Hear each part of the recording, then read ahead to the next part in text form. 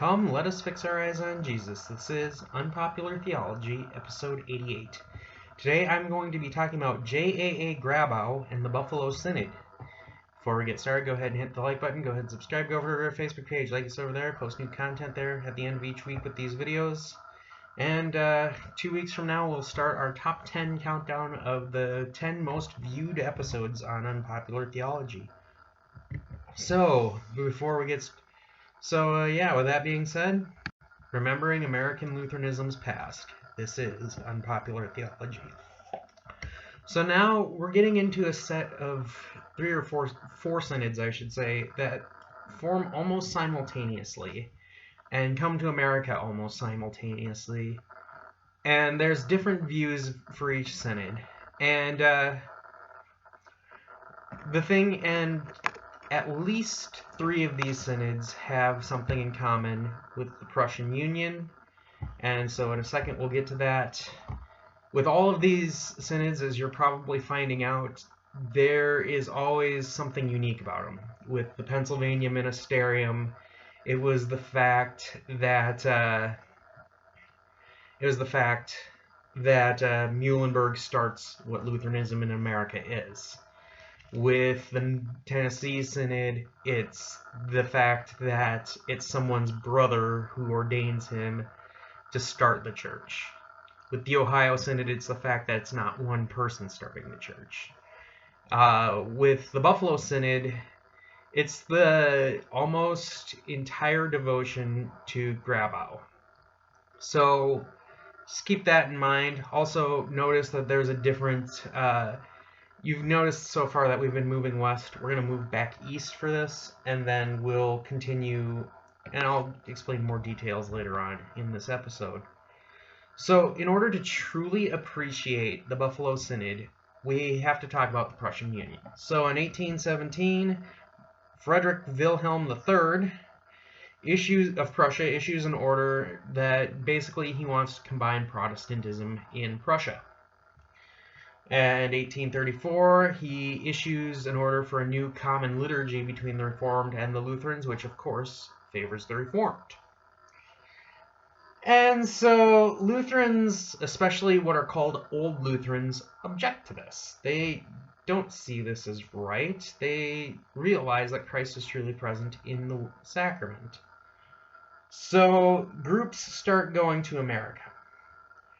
One of these groups is led by JAA Grabau, and it's a group of Prussians and Sicilians who leave in 1839.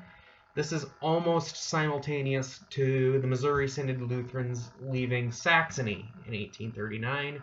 Again, 1838, 1839. We'll get into this next month with the Missouri Synod. So Grabau himself is a former Prussian officer, so that means he's used to barking out orders and expecting them to be followed. At the time of this, he is serving a prison sentence for refusing to follow church union. And it also should be noted that he is very dictatorial in how he expects the church to be run. He is very much what Pastor Ben Phelps would call a hair pastor type of leader of a church. By the way, Ben Phelps, Lutheran History Podcast, go check it out. I'm sure he'd appreciate you doing that. He had an episode on this. I think it's on the Missouri Synod's early fellowship practices. It's part 1. A lot of my information from this comes from that episode, so go check him out. Great stuff. Anyways, so the Buffalo Synod, so Grabau is used to this hair pastor approach and unconditional submission to his authority. In fact, there's a point where the Buffalo Synod believes that unless your pastor tells you directly to sin, you have to obey his orders. Of course, that's ridiculous, we realize today. But we also have to keep in mind, he's a Prussian military officer. Like, you cannot get more orderly as a Prussian military officer. So they flee the persecution. And for some of all the places they could go in America, and don't ask me why, they go to Buffalo, New York. These Prussians do. There's some that stay in New York City, some go on to Milwaukee, but the vast majority of them settle in Buffalo. I don't know why they would go there, but they do. So the ones that go on to Milwaukee don't have a pastor. And so these pastors, so these sheep are without a shepherd. Now, we got to go into detail here. If you're not Lutheran, you need to understand, for a Lutheran congregation to not have a pastor, it cannot function. It won't function at all. So these members send a letter to Grabau. I'm getting a few months ahead of myself here. Send a letter to Grabau going, hey, we could use a pastor out here. Don't get a response in what they consider to be a timely manner. So they take actions into their own hands, and they appoint their own lay pastor.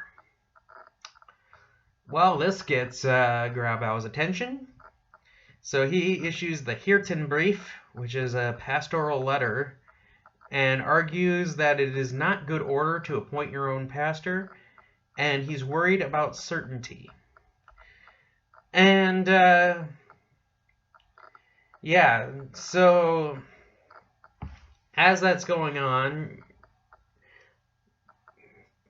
Grabau admonishes them, and rightly so in my opinion, to, hey, wait for us to send you a pastor. And he does. It does get his attention, and he does quickly send the congregation in Milwaukee a pastor. And like I said, the difference is we're now dealing with a congregation that isn't moving to the west, it's staying in the east. Well, I mean, Milwaukee's technically the west at the time. But yeah. Also note that this is an immigrant group coming to America and setting up a synod right away. This is really the first time we have it, where unlike previous synods, Pennsylvania Ministerium being a bit of an exception, where a missionary comes over, helps build the synod, and then just decides to stay. But then pretty much every synod after that's an offshoot in some way, shape, or form. This is really the first independent group of Lutherans to come to America since Muhlenberg. So then there is the relationship between the Buffalo Synod and the Missouri Synod. Of course, this isn't really official because they're not really synods yet. So there's a fair amount of communication between these two groups. They tried to coordinate in Germany, but the Buffalo Synod did not like Martin Stephan. Again, we'll get into this in a little bit. And they were warning the Missouri Synod Lutherans about him. And when it turns out the Buffalo Synod was right about him, the Missouri Synod, already in America, asks for forgiveness from the Buffalo Synod and receives it. And there's a quasi communion fellowship between these two churches. They share pastors. They go to communion at their churches.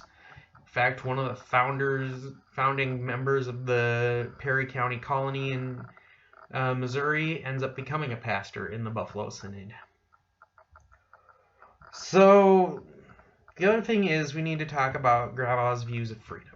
Now, from what you've probably guessed, Grabau probably isn't your type of person, and he's not a very likable person, if you will. And you might think that since he was a Prussian officer, he didn't like freedom. The fact of the matter is Grabau did like freedom. If he didn't, why would he come to the U.S.?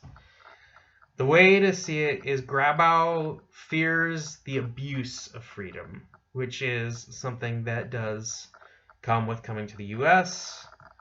So a relationship forms between the Missouri Synod and the Buffalo Synod.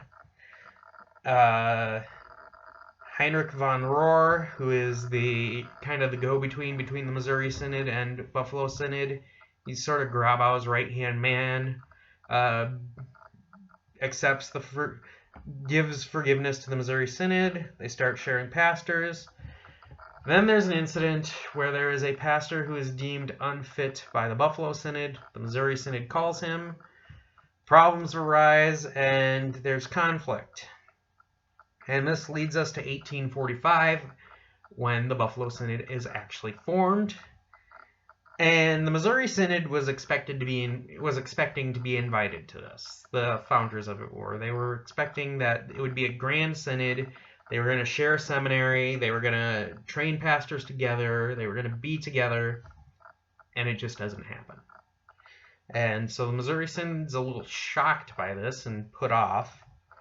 And Grabau does this on purpose because he distrusts the Missouri Synod. He thinks that the Missouri Synod has a very American approach to church polity, which it does. And so fellowship collapses after that, and there's never official fellowship between the Missouri and Buffalo Synods. And that's where we'll leave off with this episode of Lutheranism in America. So next week, I will be talking about the Fifth Commandment, and then next month, for those of you who are, like me, a Missouri Synod Lutheran, got the sort of a Missouri Synod cross on my shirt here, we'll be talking about them and their founding. So, till next month and next week, keep your eyes fixed on Jesus.